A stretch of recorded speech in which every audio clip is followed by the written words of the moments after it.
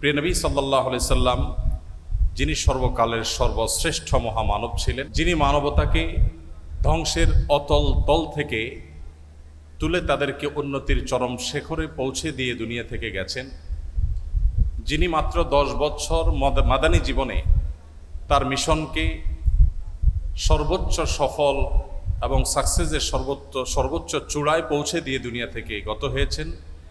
দুরুদ এবং সালাম শান্তির বারিধারা বর্ষিত হোক সেই মহানবী হযরত মুহাম্মদ মুস্তাফা সাল্লাল্লাহু আলাইহি ওয়াসাল্লামের প্রতি। কৃতজ্ঞতা জ্ঞাপন করছি ড্যাফোডিল বিশ্ববিদ্যালয় কর্তৃপক্ষের প্রতি, ড্যাফোডিল ইউনিভার্সিটি, ড্যাফোডিল ইসলামিক সেন্টারের প্রতি এবং বিশেষভাবে ড্যাফোডিল ইউনিভার্সিটির যে সকল শিক্ষক শিক্ষার্থীদের অক্লান্ত পরিশ্রমে আজকের এই প্রোগ্রাম এই পর্যায়ে এসে পৌঁছেছে। অন্তরের অন্তঃস্থল থেকে গভীরভাবে কৃতজ্ঞতা নিবেদন করছি সেই সকল ব্যক্তিবর্গের প্রতি। আল্লাহ তাআলা তাদের সবাইকে উত্তম বিনিময় দান করুন। ওয়া জাযাহুমুল্লাহু খায়রা। সম্মানিত উপস্থিতি, আপনারা এতক্ষণ গুরুত্বপূর্ণ এবং মূল্যবান বক্তব্য শুনছিলেন। আমার কাছে আপনাদের অনেকগুলো প্রশ্ন আছে, আমরা সেগুলোর উত্তর দেওয়ার চেষ্টা করব। তার আগে আমাদের প্রিয় নবী সাল্লাল্লাহু আলাইহি সাল্লামের জীবনের একটি বিশেষ দিক, তার জীবনের একটা বিশেষ সৌন্দর্য, সেটি আমরা আপনাদের সামনে তুলে ধরার চেষ্টা করব। আমি যে বিষয় নিয়ে কথা বলতে চাই সেটা হলো আল্লাহর রাসূল সাল্লাল্লাহু আলাইহি সাল্লামের লাইফস্টাইল কেমন ছিল, নবী করিম সাল্লাল্লাহু আলাইহি সাল্লামের জীবন যাপন পদ্ধতি কেমন ছিল। আমরা সে সম্পর্কে খুব সংক্ষেপে আলোচনা করার চেষ্টা করব ইনশাআল্লাহ তাআলা। আল্লাহ সুবহানাহু ওয়া তাআলা কোরআনে হাকিমে বলেছেন, লাকাদ কানা লাকুম ফি রাসূলিল্লাহি উসওয়াতুন হাসানাহ লিমান কানা ইয়ারজুল্লাহা ওয়াল ইয়াউমাল আখিরা ওয়া যাকারাল্লাহা কাসীরা।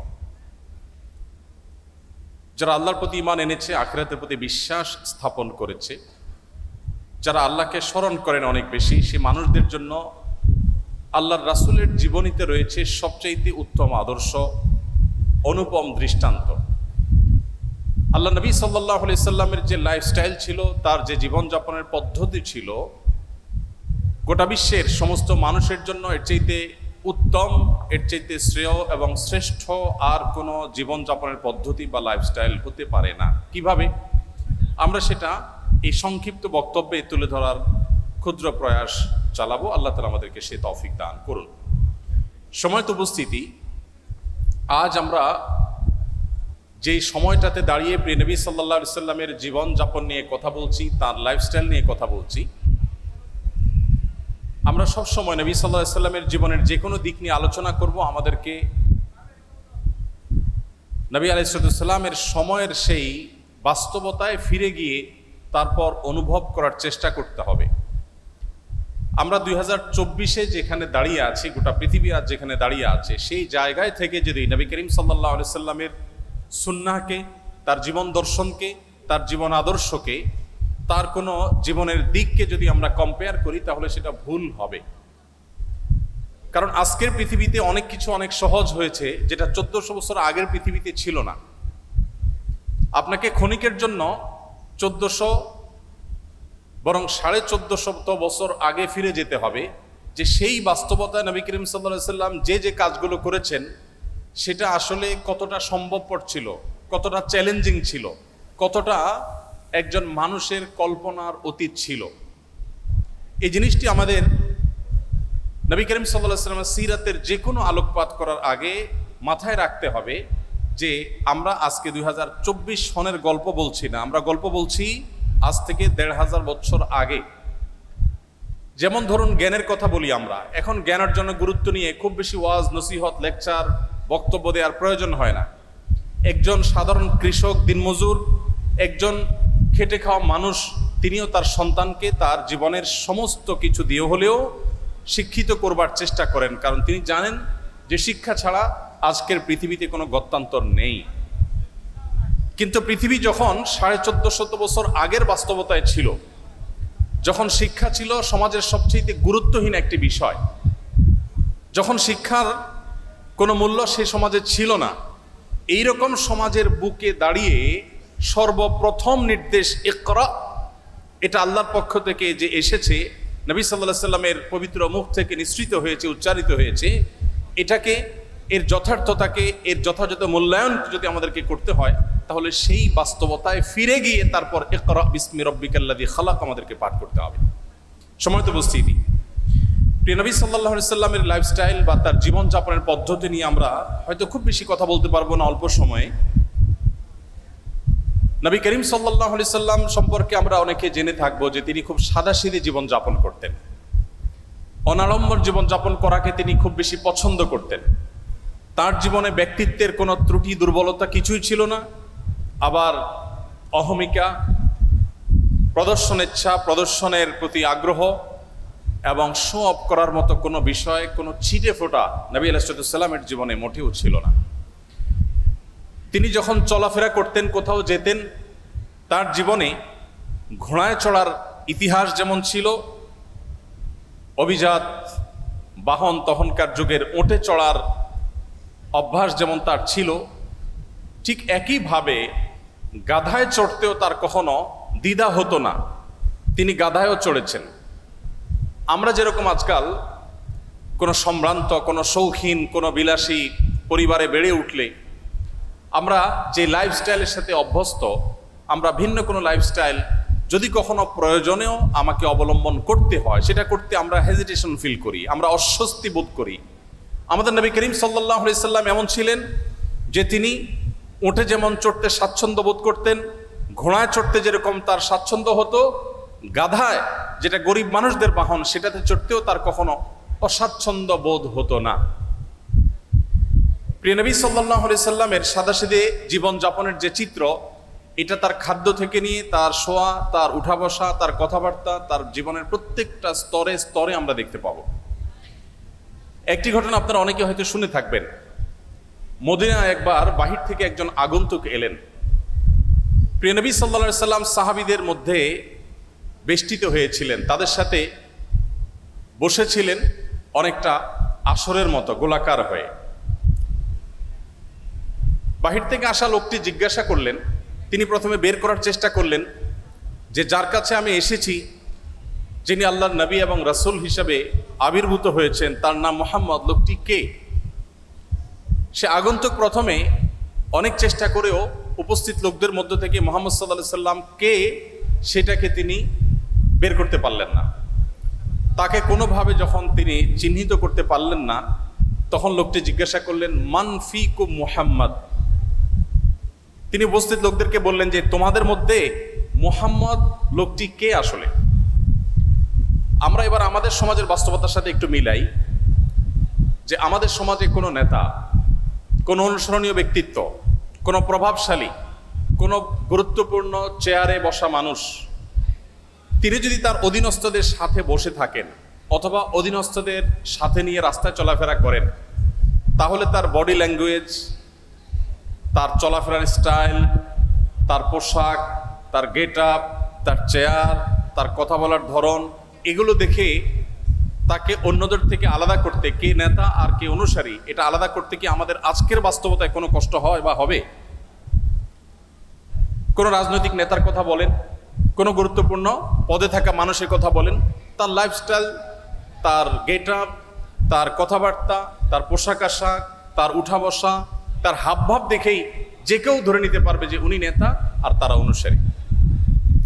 প্রিয় নবী সাল্লাল্লাহু আলাইহি সাল্লাম এতটা সাদামাঠা জীবন যাপন করতেন, এতটা বিনয়ী থাকতেন যে সাহাবীদের সঙ্গে যখন তিনি বসে থাকতেন, বাহির থেকে আসা মানুষ আলাদা করে তার নাম জিজ্ঞেস করে তাকে বের করতে হতো। তার বসার মধ্যে বিনয়ের ভাবটা কতটা থাকলে এভাবে তিনি সর্বস্তরের সাহাবীদের সাথে পানির সাথে যেরকম দুধ মিশে যায়, তিনি সেরকম নিজেকে মিশিয়ে ফেলতেন। প্রিয় ভাইয়ের আমার, আমাদের সমাজে আজকাল ব্যক্তিত্বের নামে অহমিকার প্রদর্শনী হয়। আপনারা জানেন, অহংকারকে আমরা অনেকে মনে করি ব্যক্তিত্ব। প্রিয় নবী সাল্লাল্লাহু আলাইহি সাল্লামের ব্যক্তিত্বের যে চূড়ান্ত শেখরে তিনি উন্নীত ছিলেন, সেই ব্যক্তিত্বের অধিকারী পৃথিবীতে আরেকটা মানুষের জন্ম হবে না। আমরা তার ব্যক্তিত্ব নিয়ে যদি আলোকপাত করি, হয়তো অনেকগুলো দৃষ্টান্ত আমরা দেখাতে পারবো যে ব্যক্তিত্ব কতখানি ছিল, কতভাবে তার জীবনও ছিল, কিন্তু তার সেই ব্যক্তিত্ব আজকের তথাকথিত ব্যক্তিত্বের মতো অহমিকা, অহংকার মিশ্রিত ব্যক্তিত্ব ছিল না। আজ আমরা আমাদের অধীনস্থদের অধিকারের ব্যাপারে অনেকে অনেক কথা বলি। আমরা শ্রমিকদের অধিকারের কথা বলি, আমরা গৃহকর্মীদের অধিকারের কথা বলি, আমরা অনেক দুর্বল মানুষদের অধিকার নিয়ে কথা বলি। আর প্রিয় নবী সাল্লাল্লাহু আলাইহি ওয়াসাল্লাম সে সমস্ত দুর্বল মানুষদের ব্যাপারে বলতেন, ইখওয়ানুকুম খাওয়ালুকুম, তোমাদের অধীনস্থ যে ভাই ব্রাদাররা আছে তারা তোমাদের ভাইয়ের মতো, অধীনস্থ মানুষগুলো যারা আছে তারা তোমাদের ভাইয়ের মতো। আল্লাহ তাআলা জাআলাহুমুল্লাহু তাহতা আইদিকুম, আল্লাহ তাআলা তাদেরকে তোমাদের অধীনস্থ করে দিয়েছেন। অতএব তোমরা যা নিজেরা খাও তাদেরকে তা খাওয়াও, তোমরা যা পরিধান করো তাদেরকে তা পরিধান করাও। আজও পৃথিবীতে এমন কোনো মানুষ হয়তো দেখা কঠিন হবে, এমন কোনো মানুষ হয়তো খুঁজে পাওয়া কঠিন হবে যে মানুষ তার অধীনস্থ কর্মী এবং তার গায়ের পোশাক একই রকমের হতে পছন্দ করে। নবী করিম সাল্লাল্লাহু আলাইহি ওয়াসাল্লাম সেটা করতেন। অর্থাৎ তার বিনয় এবং তার ব্যক্তিত্ব এই দুটির কোনোটির মধ্যে কখনো এরকম কোনো গ্যাপ থাকতো না যে সেখানে কোনো প্রকার অহমিকা প্রদর্শন হতে পারে, অহমিকা প্রবেশ করতে পারে। নবী করিম সাল্লাল্লাহু আলাইহি ওয়াসাল্লাম তিনি শুধুমাত্র সমাজের অভিজাত শ্রেণীর মানুষের সাথে বন্ধুতা করতেন না, আমাদের গুরুত্বপূর্ণ পদে থাকা মানুষগুলো তাদের বন্ধুত্বের যে লেয়ার থাকে, শ্রেণী থাকে, সে মানুষগুলো থাকে সমাজের এলিট। একজন মন্ত্রী, একজন সংসদ সদস্য, একজন গুরুত্বপূর্ণ পদাধিকারী ব্যক্তি, তিনি তার বন্ধু বান্ধবের যে সার্কেল গড়ে তোলেন তারা তার ক্লাসের হয়ে থাকে। সাধারণত সমাজের যারা সাধারণ মানুষ থাকেন এই মানুষগুলো এই তথাকথিত বড় বড় মানুষদের বন্ধু হওয়ার সুযোগ সাধারণত পায় না।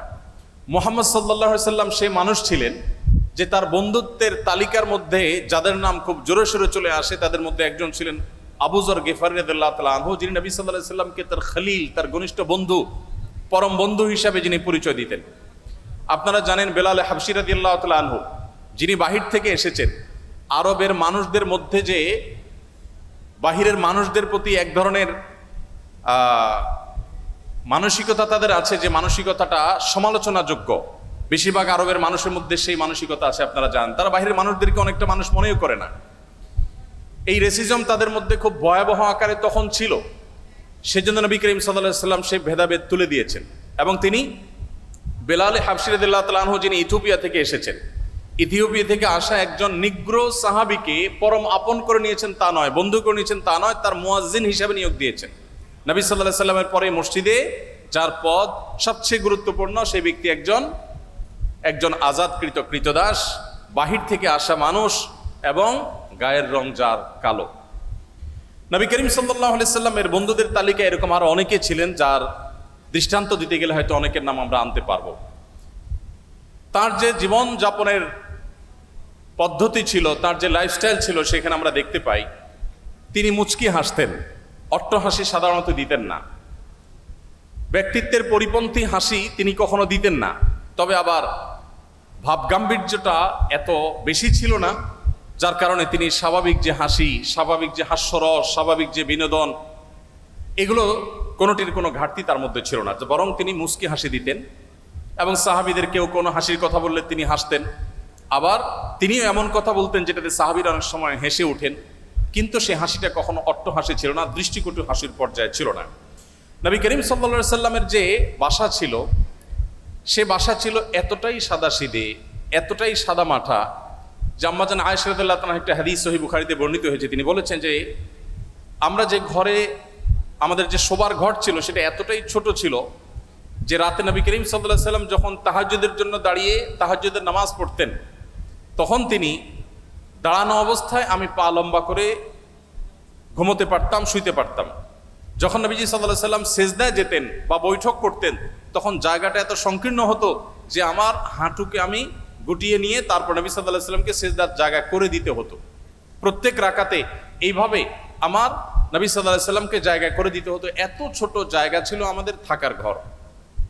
অথচ নবী সাল্লাল্লাহু আলাইহি ওয়াসাল্লাম তখন মদিনার রাষ্ট্রপ্রধান ছিলেন, তখন মদিনা রাষ্ট্র তার কর্তলগত। আমরা অনেকে কাব বিন আশরাফের বাড়িতে গিয়েছি, আমি গিয়েছি, যে কাব বিন আশরাফ নবী সাল্লাল্লাহু আলাইহি ওয়াসাল্লামের প্রতি শত্রুতা লালন করত, বিদ্বেষ পোষণ করত এবং তার শাস্তি তাকে পেতে হয়েছে। তার সে ঘরের ধ্বংসাবশেষ এখনো আছে মদিনায়। তার যে বাসা সেটার যে চৌহদ্দি বিশাল বড় ছিল, যদিও বেশিরভাগ অংশই ধ্বংসপ্রাপ্ত হয়ে গেছে, কিন্তু তার সীমানাটা বোঝা যায়, কক্ষগুলো বোঝা যায়। যেখানে নবী সাল্লাল্লাহু আলাইহি সাল্লামের সমালোচক এবং তার প্রতি শত্রুতা বিদ্বেষ পোষণকারীদের ঘরের আয়তন ছিল বিশাল বড়, সেখানে মদিনা রাষ্ট্রের প্রধান থাকা অবস্থায় নবী করিম সাল্লাল্লাহু আলাইহি সাল্লামের বাসার অবস্থা ছিল এই। নবী করিম সাল্লাল্লাহু আলাইহি সাল্লামের বাসার মধ্যে মাঝে একটা, তিনি যে ঘরে থাকতেন সেখানে মাঝে একটা রশি জাতীয় কিছু ছিল, সেখানে কাপড় ঝুলিয়ে দিতেন।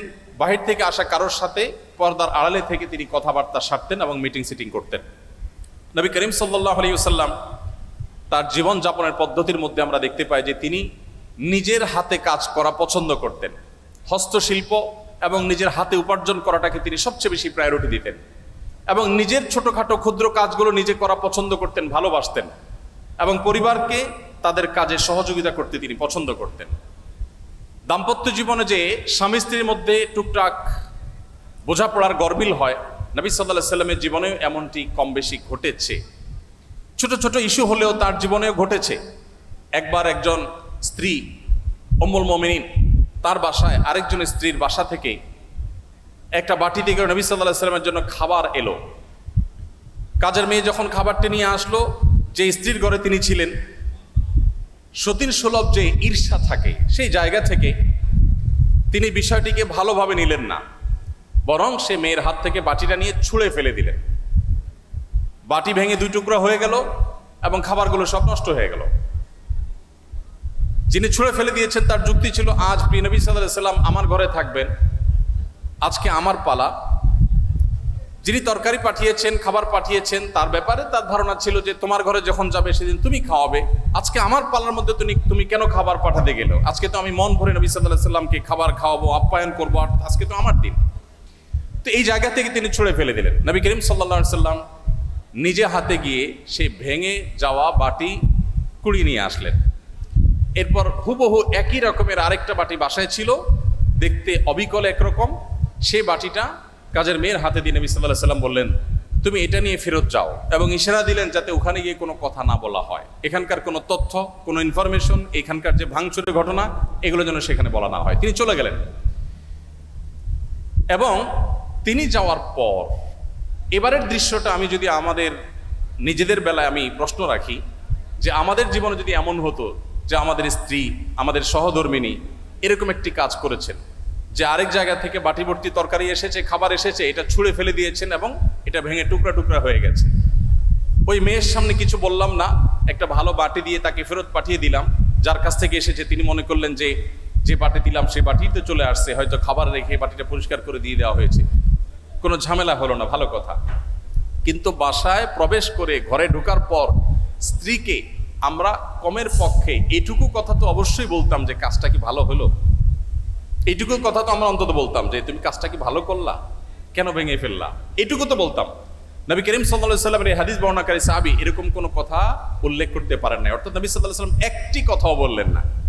কারণ এখন স্ত্রীর রাগের সময়, এখন কোনো শাসনের সময় না, এখন শুধু সহ্য করার সময়, এখন শুধু সংযমের সময়।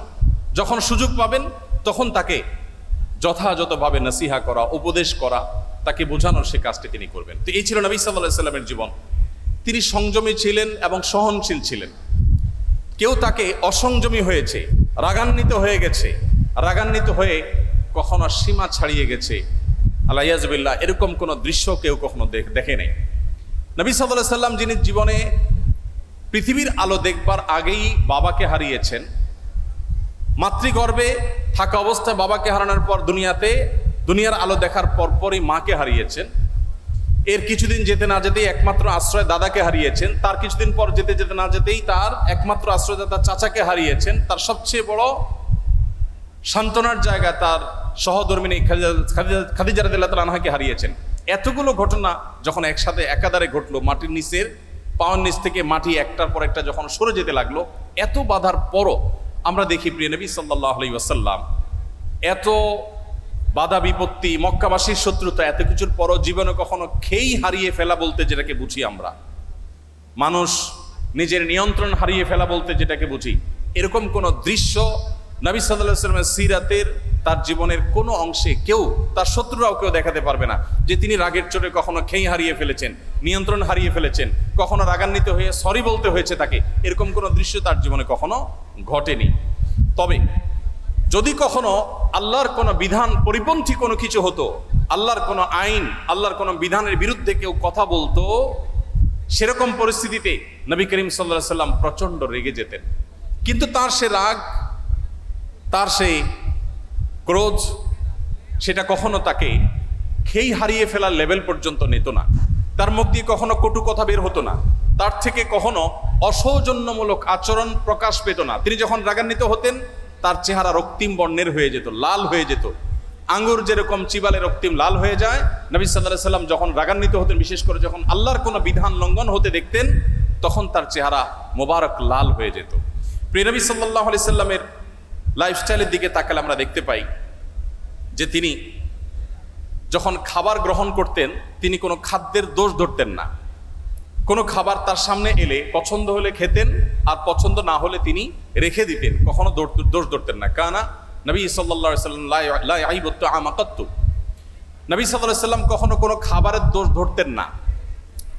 এই হাদিসের মধ্যে কত্তু একটা শব্দ এসেছে শামাইলে তিরমিজিতে। কত্তু মানে হলো কখনো, তার মানে তার জীবনে কখনো খাবারের দোষ ধরার ঘটনা ঘটেনি। আমরা অনেক মুসলমান আছি, অনেক গুণে গুণান্বিত। আমি জানি না এরকম মুসলমান আমাদের সমাজে কয়জন আছেন। আমরা এখানে যারা আছি তারা কেউ বলতে পারবো কিনা যে আমার এই ক্ষুদ্র জীবনে, ফেলে আসা জীবনে আমি কখনো কোনো খাবারের দোষ ধরি নাই। আমার ভালো লাগছে তো খাইছি, আর না হলে নাই। খাবারের দোষ ধরেন নাই জীবনে কখনো, এরকম মানুষ এখানে আছেন? একজন আছি আমরা? থাকলে হাত তুলতে পারেন। একজন হাত তুলছেন। আপনি খাবারের দোষ কখনো ধরেন নাই? কিভাবে সম্ভব? খাবারের দোষ কখনো ধরেন নাই?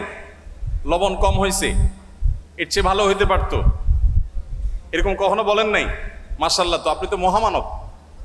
বসেন। দেখুন, এক এলাকায় একজন হুজুর ছিলেন। এলাকার প্রায় সব বাসায় হুজুরের দাওয়াত খাওয়া শেষ। কোনো মহিলা রান্না করে ওই হুজুরকে খাবার খাইয়ে কখনো শান্তিতে থাকতে পারতো না। প্রত্যেকটা দাওয়াতের পর ওই হুজুর একটা না একটা দোষ বাইর করতেন। হয় এখানে লবণ একটু কম হয়েছে, না হলে ওখানে হলুদটা একটু কম হয়েছে, কালারটা একটু ত্রুটি আছে, কোনো না কোনো দোষ তিনি ধরতেন। সেই এলাকায় একজন শিক্ষিত পুত্রবধূ এলেন বাহির থেকে। আসার পর তিনি এই হুজুর সম্পর্কে যখন ধারণা পেলেন যে একজন হুজুর আছেন, এই হুজুরের কেউ খাইয়ে সন্তুষ্ট করতে পারেন না, উনি একটা না একটা দোষ ধরেন। যদিও হুজুর মানুষ দোষ ধরার কথা না, নবী সাল্লাল্লাহু আলাইহি ওয়াসাল্লাম সুন্নাহর খেলাফ। যাই হোক, এটা কতটা বাস্তব ঘটনা তাও জানি না, বাকি গল্প হিসাবে শিক্ষণীয় সেই হিসাবে বলা। তো পরে ওই শিক্ষিত পুত্রবধূ তিনি হুজুরের সমস্ত দোষগুলোর তালিকা করলেন যে উনি কোন কোন দোষ ধরেন সাধারণত। সবগুলোকে নোট করে এমনভাবে একটা রান্না তিনি দিলেন যে রান্নাতে হুজুরের দোষ ধরার কোনো ফাঁক রাখলেন না, সব পারফেক্ট রাখলেন।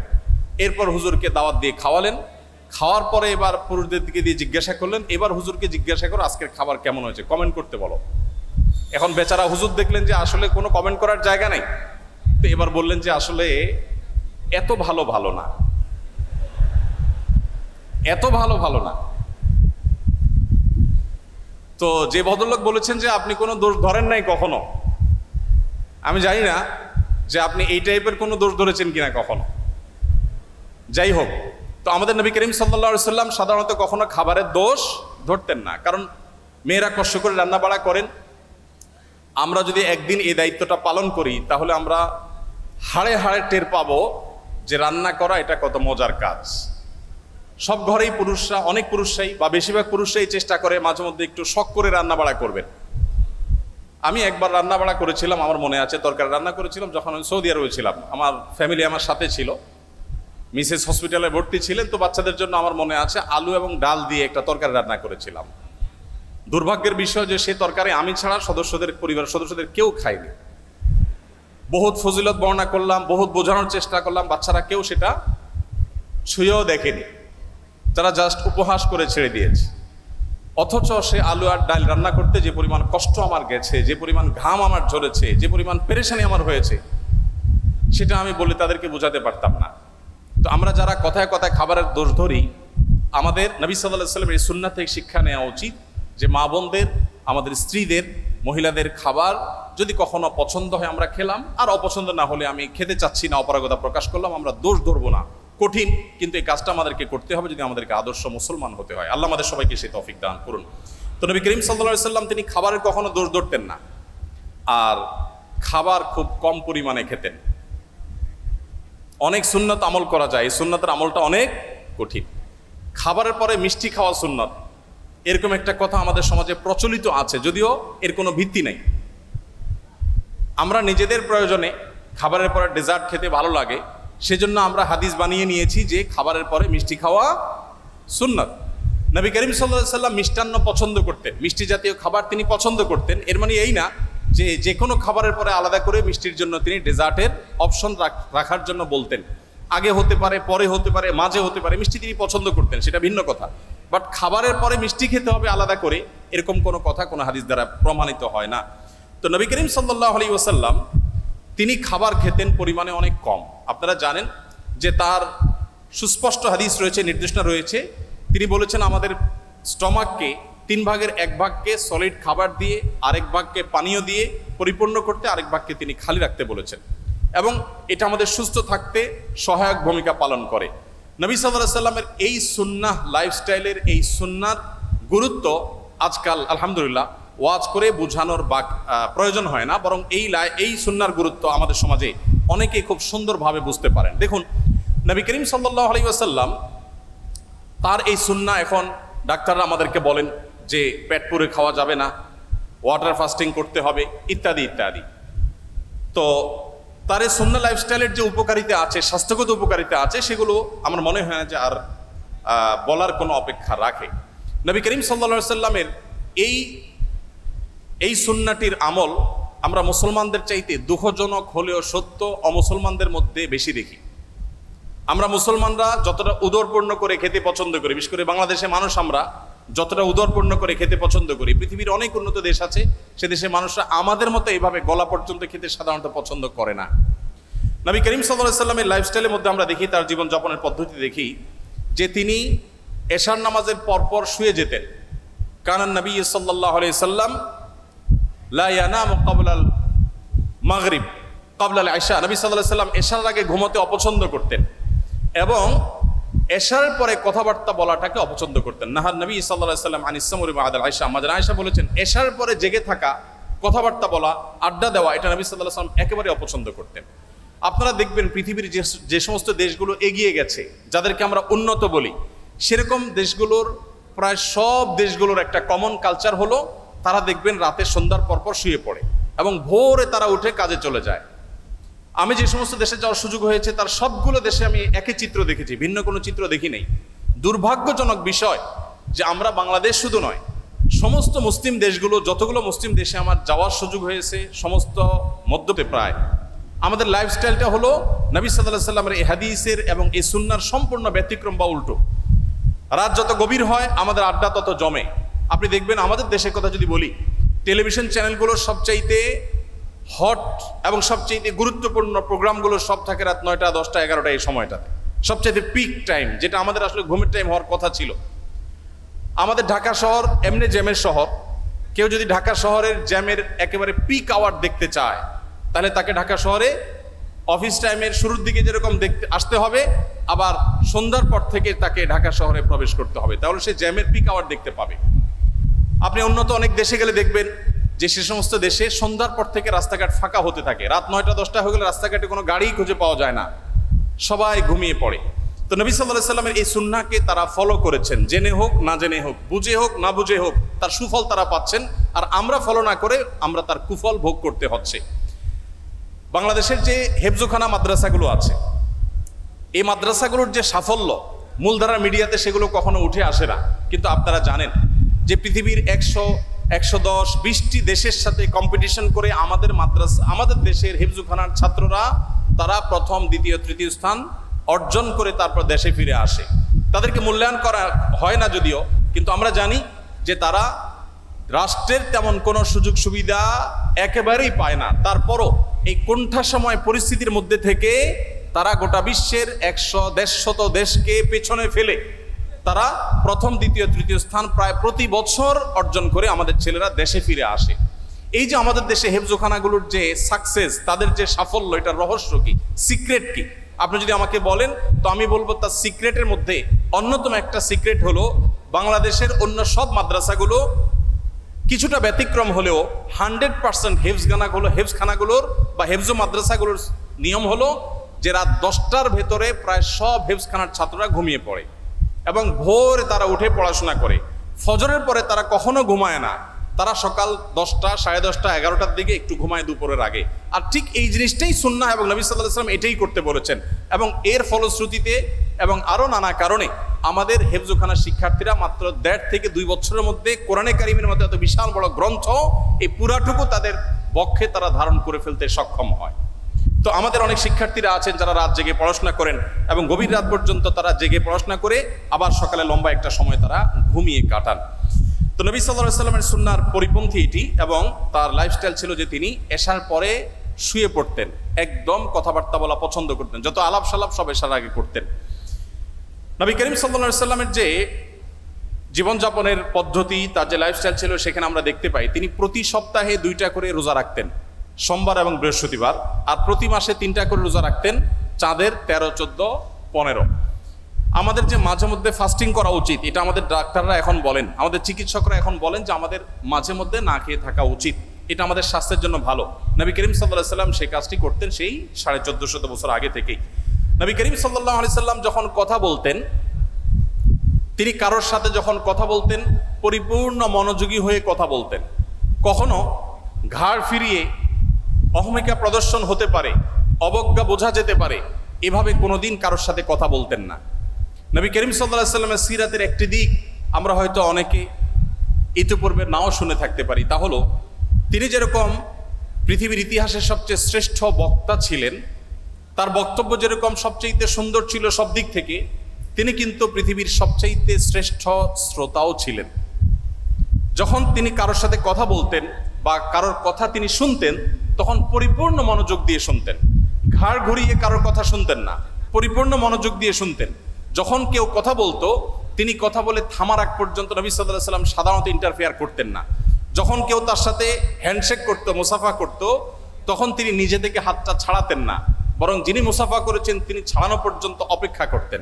নবী করিম সাল্লাল্লাহু আলাইহি ওয়াসাল্লামের যে সৌজন্যতা, এটা আমি আবারও বলি, আজ 2024-এর সৌজন্যের সাথে মিলালে হবে না। 1450 বছর আগে চলে যান, সেই পৃথিবীতে যে বাস্তবতা ছিল তখনকার সময় নবী সাল্লাল্লাহু আলাইহি ওয়াসাল্লাম এই সৌজন্যতাকে এস্টাবলিশ করেছিলেন। নবী করিম সাল্লাল্লাহু আলাইহি ওয়াসাল্লাম তিনি পরিচ্ছন্ন থাকা পছন্দ করতেন। তার সাদাসিধে জীবনযাপন দেখে এটা মনে করার কোনো কারণ নেই যে তিনি, অনেক মানুষ আছেন যে খুব সাদামাটা জীবনযাপন করেন, অপরিচ্ছন্ন, অপরিপক্ক বা আগোছালো।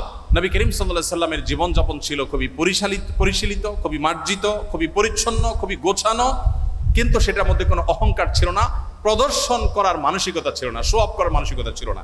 এই জন্য নবী করিম সাল্লাল্লাহু আলাইহি ওয়াসাল্লাম আমাদেরকে যে জীবন বিধান দিয়েছেন, সেখানে আমরা দেখতে পাই যে তিনি ওযু করতেন প্রত্যেক ওয়াক্তে, তিনি মিসওয়াকের নির্দেশ দিয়েছেন, বাসায় প্রবেশ করার আগে, পরিবারের লোকদের সাথে কথা বলার আগে মিসওয়াক করে তারপর প্রবেশ করতেন। কোনো গুরুত্বপূর্ণ মিটিংয়ে যাবেন, মিসওয়াক করে তারপরে যেতেন, যাতে মুখের দুর্গন্ধ বের না হয়। জুমার দিনে সবাই সমবেত হবে, সেখানে সবাইকে মিসওয়াক করে আসতে, গোসল করে আসতে নির্দেশ দিয়েছেন। পরিচ্ছন্নতা, পরিপাটি থাকা এবং পরিশীলিত থাকার যত রকমের দিক হতে পারে তার সবগুলো নির্দেশ নবী সাল্লাল্লাহু আলাইহি ওয়াসাল্লাম দিতেন। নবী করিম সাল্লাল্লাহু আলাইহি ওয়াসাল্লাম তিনি ভাব গাম্ভীর্যের কোনো কমতি তার ছিল না। তিনি বলেছেন, নুসরিতু বির-রুব, আল্লাহর তরফ থেকে ভাব গাম্ভীর্য দিয়ে আমাকে সাহায্য করা হয়েছে। তাকে দেখে দূর থেকে অনেক তার শত্রুরা পর্যন্ত তার কাছে মাথা নত করতে বাধ্য হতো। তার ব্যক্তিত্বের যে আভা তার চেহারায় ফুটে উঠত, এটা দেখে এটার কাছে বহু অমুসলিমেরা হার মেনেছে এবং সারেন্ডার করেছে। তার এই ব্যক্তিত্ব যেমন ছিল, আবার পাশাপাশি তিনি রসিকতাও করতেন, সাহাবীদের সাথে বিভিন্ন সময় হাস্যরস করতেন, এমন কৌতুক করতেন যে সবাই হেসে উঠত, সবাই আনন্দ পেত। এবং তার সেই ব্যক্তিত্ব, তার সেই ভাব গাম্ভীর্য আজকে আমাদেরকে যেরকম ভাব গাম্ভীর্যের কারণে অনেককে অহংকারী করে তোলে, এটা তার মধ্যে ছিল না। আল্লাহ রাব্বুল আলামিন তার জীবনের এই সমস্ত ভালো দিকগুলো দিয়ে আমাদের জীবনকে আলোকিত করে আমাদের এই জীবনকে দুনিয়াতে সাফল্য মণ্ডিত করুন এবং আখিরাতে আমাদের সবাইকে আল্লাহর জান্নাতুল ফিরদাউসের অধিকারী হওয়ার, উপযুক্ত হওয়ার তৌফিক দান করুন। সম্মানিত উপস্থিতি, যেহেতু আমার প্রশ্নোত্তরে যেতে হবে, এই জন্য নবী সাল্লাল্লাহু আলাইহি ওয়াসাল্লামের জীবনের, তার লাইফস্টাইলের কিছু দিক খুচরো কিছু দিক, টুকরো কিছু অংশ আপনাদের সামনে আমি শেয়ার করলাম। আর দীর্ঘায়িত করছি না, আমি প্রশ্নোত্তরে চলে যাচ্ছি। আল্লাহ রাব্বুল আলামিন প্রিয় নবী সাল্লাল্লাহু আলাইহি সাল্লামের জীবন আদর্শকে আমাদের জীবনের অবলম্বন হিসাবে গ্রহণ করা, তার সুন্নাহকে অনুসরণ করার তৌফিক দান করুন। আমরা তার জীবন আদর্শকে যদি অনুসরণ করি তাহলে আমরা সাফল্যের চরম শিখরে পৌঁছতে পারবো। আর যদি আমরা শুধুমাত্র নিজেদেরকে নামে মুসলমান বলি আর নবী সাল্লাল্লাহু আলাইহি ওয়াসাল্লামের সুন্নাহর উপরে আমল না করি, তাহলে আমাদের জীবনকে কখনোই আমরা সাফল্যমণ্ডিত করতে পারবো না। আল্লাহ তাআলা আমাদের সবাইকে আমাদের এই জীবনকে আলোকিত করার তৌফিক দান করুন। একটা কোশ্চেন ছিল।